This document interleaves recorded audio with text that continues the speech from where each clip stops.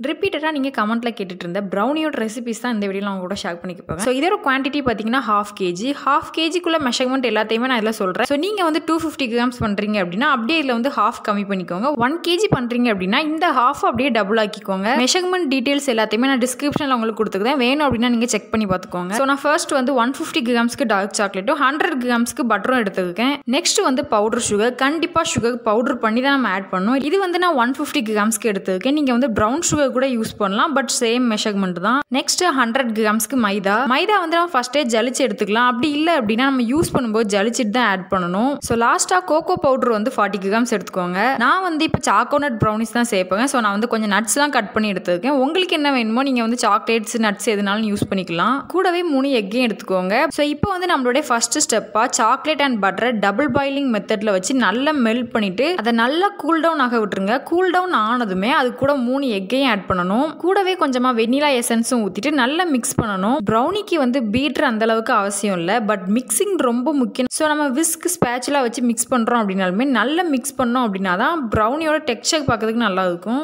Egg நல்லா mix பண்ணிட்டு நம்ம பவுடர் பண்ணி வச்சிருக்க சுகர் வந்து பேட்சா நம்ம ஆட் பண்ணி மிக்ஸ் பண்ணிக்கலாம். இந்த டைம்ல நம்ம பண்ற மிக்சிங் தான் ரொம்ப இம்பார்ட்டன்டான ஸ்டெப். பிகாஸ் அந்த சுகர் வந்து கம்ப்ளீட்டா மெல்ட் ஆகணும். இல்லை அப்படின்னா ப்ரௌனிஸ்க்கு கீழே போய் ஒரு மாதிரி கட்டி ஆயிடும். சுகர் வந்து உங்களுக்கு நல்லா மிக்ஸ் ஆகிட்டு அப்படின்னா ப்ரௌனியோட பேட்டர் பார்க்கறதுக்கு இந்த மாதிரி தான் இருக்கும். ஸோ இனிமேல் இது கூட மைதா ஆட் பண்ணலாம். மைதாவையும் பேட்சாக ஆட் பண்ணிக்கோங்க. அப்போ தான் நம்ம மிக்ஸ் பண்ணுறது கொஞ்சம் ஈஸியாக இருக்கும்.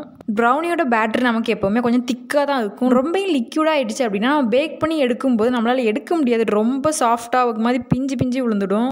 மைதா ஃபுல்லாகவே போட்டு நல்லா மிக்ஸ் பண்ணிவிட்டு நெக்ஸ்ட் வந்து நம்ம கோகோ பவுடர் ஆட் பண்ணிடலாம். நம்ம வந்து ஒன்று ஆட் பண்ண பேட்டர் வந்து ரொம்ப திக்கான மாதிரி இருக்கும். பட் நம்ம நல்லா மிக்ஸ் பண்ணிகிட்டே இருந்தோம் அப்படின்னா ஒரு ஸ்மூத்தான லெவலுக்கு வந்துடும். ஸோ இந்த டைமில் வந்து கொஞ்சமாக பிஞ்ச் ஆஃப் சால்ட் யூஸ் பண்ணிக்கோங்க. நான் ஆட் பண்ணது வந்து ரெக்கார்ட் ஆகலை. இப்போ இந்த ப்ரௌனிக்கு தேவையான திங்ஸ் எல்லாத்தையுமே நம்ம ஆட் பண்ணியாச்சு. ஸோ இதை நம்ம நல்லா மிக்ஸ் பண்ணோம் அப்படின்னா தான் ஒரு ஸ்மூத்தான ஒரு லேயர் கிடைக்கும். எல்லாத்தையும் ஆட் பண்ணி மிக்ஸ் பண்ணதும் ஃபைனலாக ப்ரௌனியோட பேட்டர் வந்து இந்த மாதிரி உள்ளுக்குள்ளே தான் இருக்கும். ஸோ இப்போ வந்து நம்ம எதில் பேக் பண்ணுறோமோ அந்த டின்ல பட்டர் பேப்பர் வச்சு லைட்டாக ஆயில் வச்சு நம்ம ஸ்ப்ரெட் பண்ணிட்டு அதில் நம்மளோட ப்ரௌனி பேட்டரை ஊற்றிக்கோங்க. ஸோ நான் மேலே ஃபுல்லாகவே நட்ஸ் ஸ்ப்ரெட் பண்ணிட்டு நான் பேக் பண்ண வச்சுட்டேன். 180 டிகிரி செல்சியஸில் 10 மினிட்ஸ் ப்ரீ ஹீட் பண்ணிட்டு 30 மினிட்ஸ்க்கு நம்ம வச்சு பேக் பண்ணி எடுத்துக்கலாம். நான் வந்து OTG தான் யூஸ் பண்ணுறேன். OTG ஓவன் எதுவுமே அடிக்கடி ஓப்பன் பண்ணி பார்க்காதீங்க. அந்த ஹீட் வந்து அடிக்கடி வெளியே போச்சு அப்படின்னா ப்ரௌனி வந்து கொஞ்சம் பொங்காது, அப்படி சப்பையாயிடும். ஸோ நம்மளோட கமெண்ட்ல நீங்கள் என்ன OTG யூஸ் பண்ணுறீங்க, பிராண்ட் நேம் என்ன அப்படின்லாம் கேட்டிருந்தீங்க. நான் வந்து மார்க்ஃபீட் ரிச்சார்ட் அப்படின்ற பிராண்ட்ல இருந்து 30 RC SS லக்ஷெஃப்